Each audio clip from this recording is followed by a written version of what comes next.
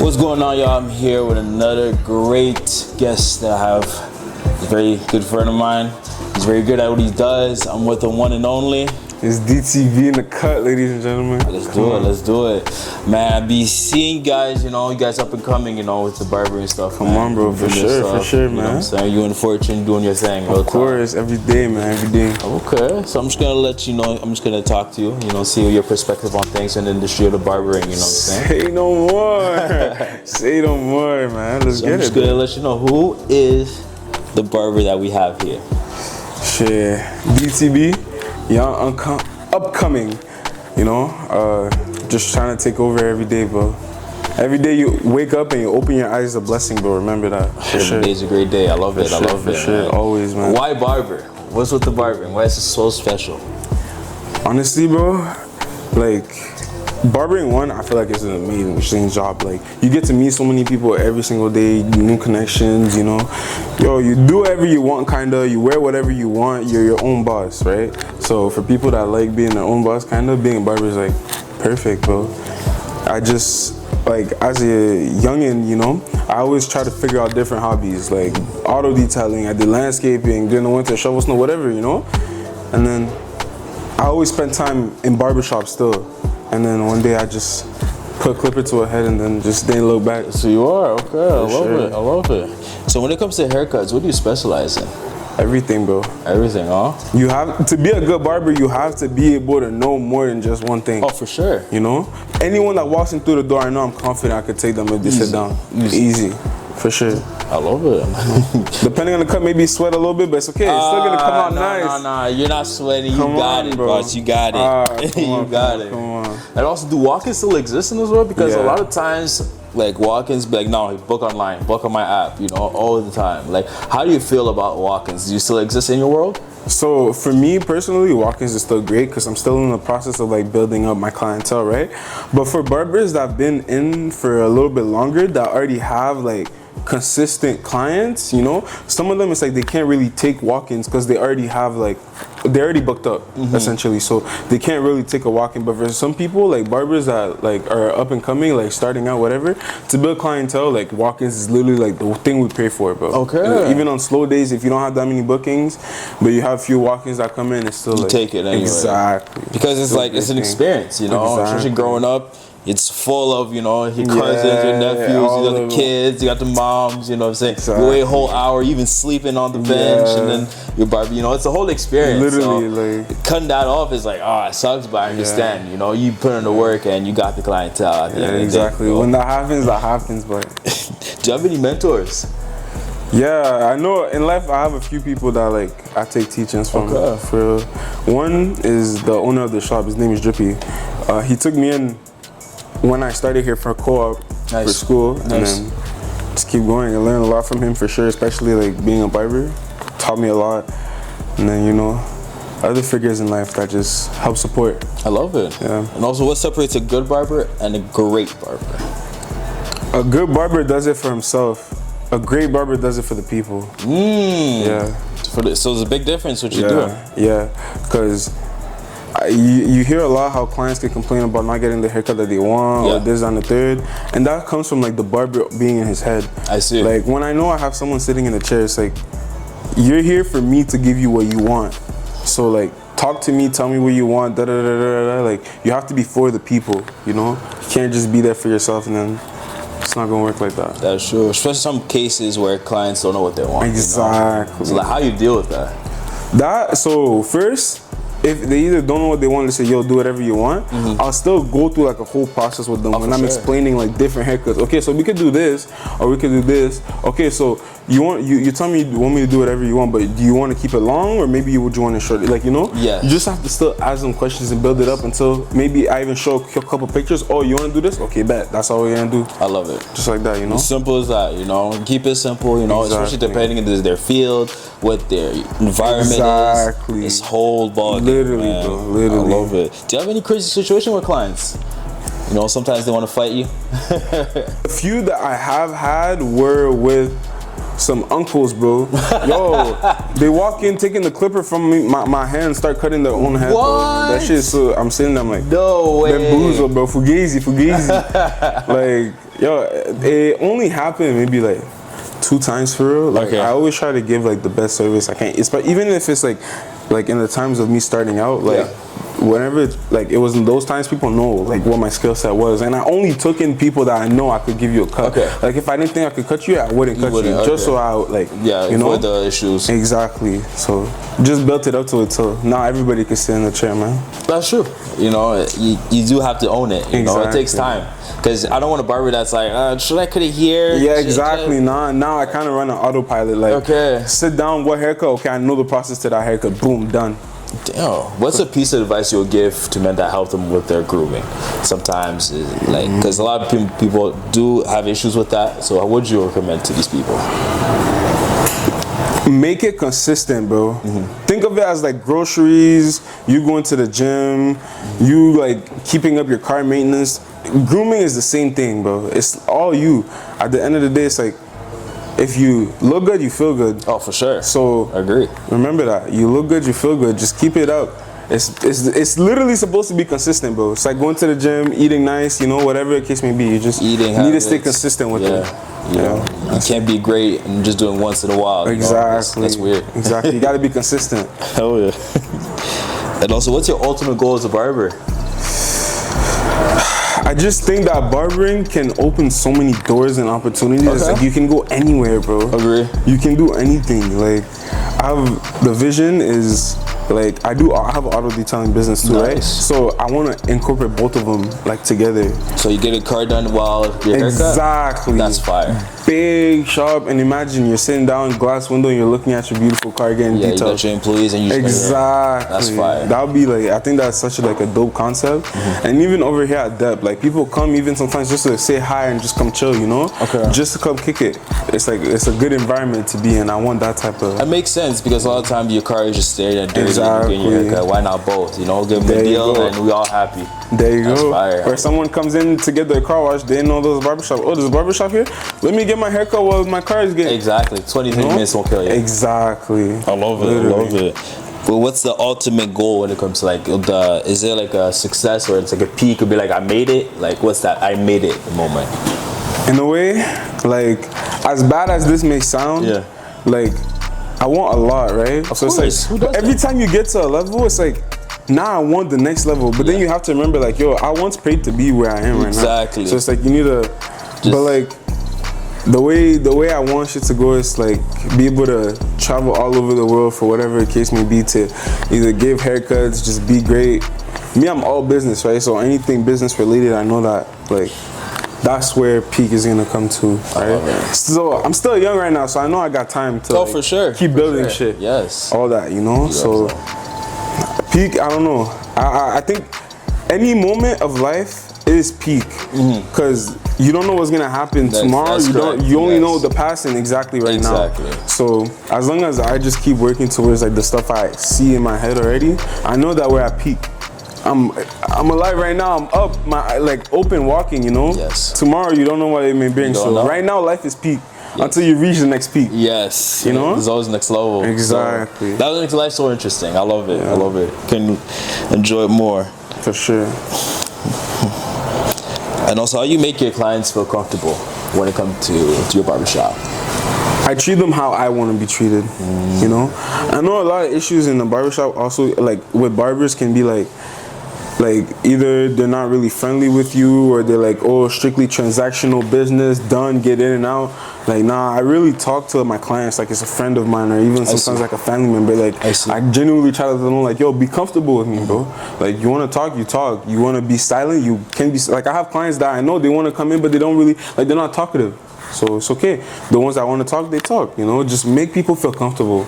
Yeah, like if people can feel comfortable with you, like they'll fuck with you forever. Agree, especially when it comes to like barbers. This community is like the only place, especially for men, that we open up. You know, we talk about. It could be relationships, it could be sports, anything, it could be anything. Bro. Anything. Exactly. Man. That's the only time. Some guys only get that 1 hour every month that they pull up to the shop, and that's when what they I'm saying. finally get that one piece. Yes. That one being able to talk, you know, with the guys, you know, chill out a little bit till they go and have to endure what the world has to give them, you know. It's like therapists, basically. Exactly. Yeah. So just make people feel comfortable. That's really tough. It's really, especially because it's a build of trust. You know, you cut my hair, that's one, and after I'm telling you what I feel, sheesh. A lot of people go crazy, especially the LeBron and Jordan days. Yeah, oh yeah, yo, those are conversations that should not be brought up in a barbershop. That's what I'm saying. Nah, nothing will get done. Oh, nothing for sure, nothing will get done, bro.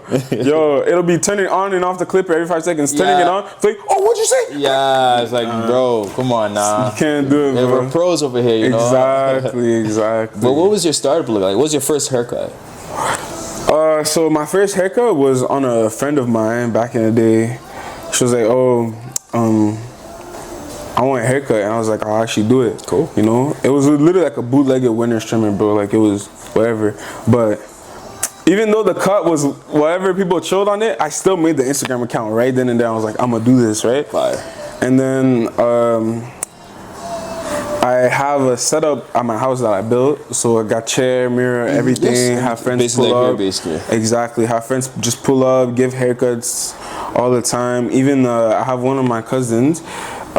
His name is August the Barber too. He's a barber, and he helped me too in the beginning too. Like I did like a few times over there, like for even to learn how to do a basic taper, bro. That's where I went the first time, and he was the one that was showing me. Oh wow! Like how to do it until I eventually just started at home, and then boom, landed here. I love it, bro. It was a grind for real, bro. Late nights, you're sitting there, you're like, bro, what the hell am I even doing?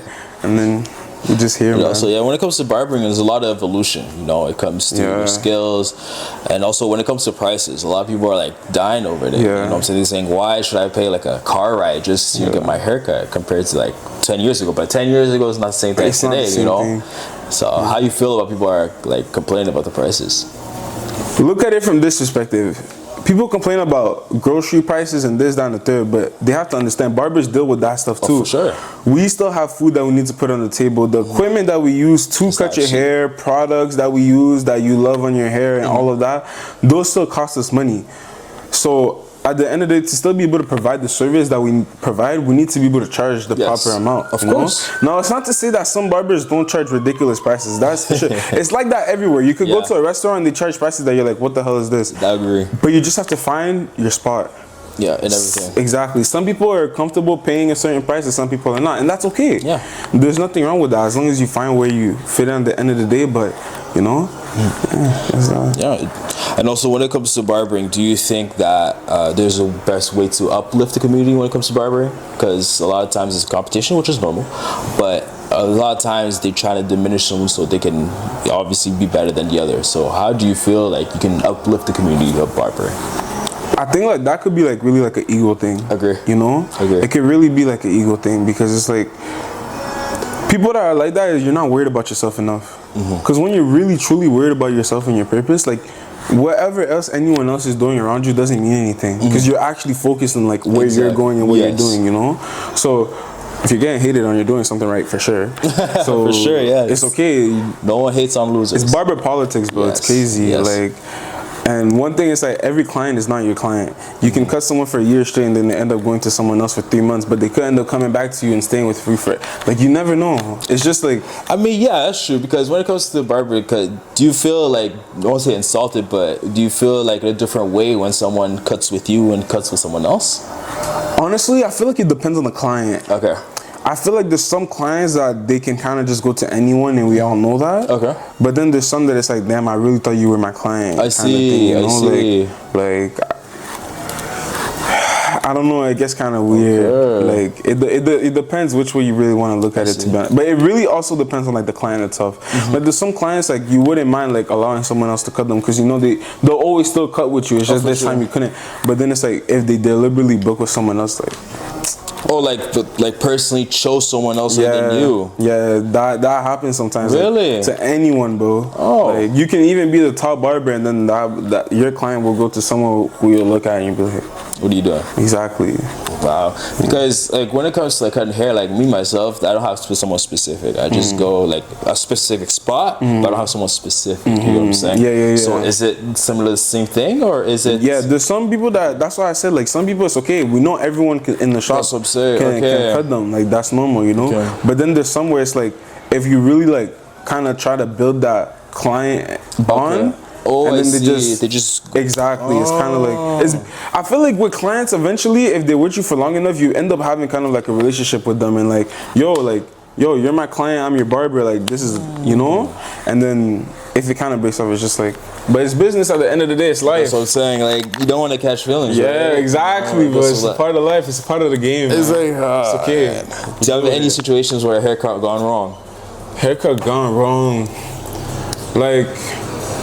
I feel like with any haircut, I feel like could have been a miss. I guess you could say I kind of like still bounce back because like my method was I'm not gonna cut you if I already know I can't. If I know I'm gonna mess up the haircut. Yes. You know, like, and I wouldn't necessarily call them like fuck ups, but it would be like a haircut where I just know it could look nicer, and then they come back after 2 or 3 times the haircut is exactly the way they want it. You know, it's like polishing. Yeah, the car might be clean out, but you need to polish it. Of course. I cut the hair, but now I need to detail I agree. the way. So, yeah, maybe that one uncle, bro, one time came in, no hairline. Shout out to that uncle, man. No hairline, I'm telling you. No lineup, no hairline in the front, like 2 big bald patches here. Trying to get me to make him a fake hairline, enhancements and everything, but he doesn't like. You don't have a hairline, bro. There's nothing there for me to even do, even enhancements. But what about the Beijing? You don't have the Beijing, man? Bro. The spray on. Even that, bro. Jalen, Men will still not satisfied, bro. You don't, those type of people, like, you can't really help them, bro. But how you feel about the spray-ons? Do you think it's necessary? Like, I think enhancement is nice. I use enhancements, but the thing is, there's a way to do it. If the enhancement is making the haircut, that's a problem. That's a problem. Like you need to be able to have the haircut looking nice, and I always make sure, like, yo, okay, the cut, everything looks good, bro. Before I add on the enhancements, yeah, crispy, fresh, bro.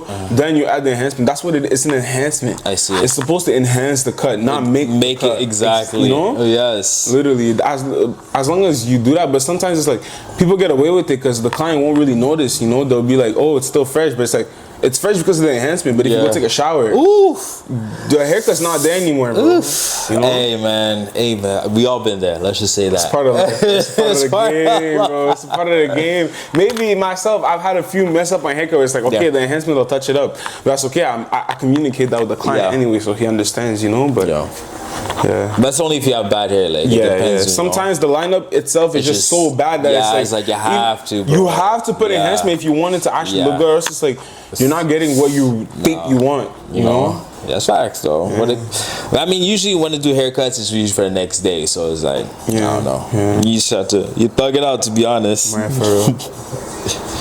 And also, what hairstyle do you think it will never go out of style? Taper and fades, bro. Shout out to the fades, man. I love my fades, man. Fades is always gonna be like the professional look and stuff, and the taper is just always gonna be a look that works. Yeah. No matter what, you know, like, and it works for both. I feel like it's a lot of like the younger people that have tapers, and then once you become a little bit more mature, they go into fades. But I feel like it depends on the person too. I see. You know, like both of them, I think they'll never go out of style for. I love it. You always get a taper, you can always get a fade. That's true. I've been getting it since I was either bald or a fade. Exactly. That's the two. That's it. You know, shout out to African parents, man. They hate having, you know what I'm saying? They hate having hair. Like, why you have hair? You know? Yeah.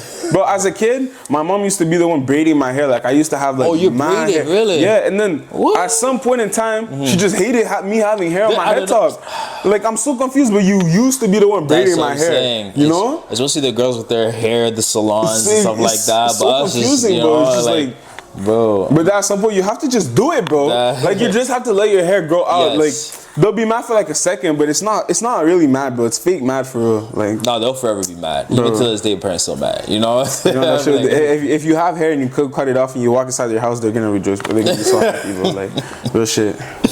No, that's facts though when it comes to cutting hair, because man, like.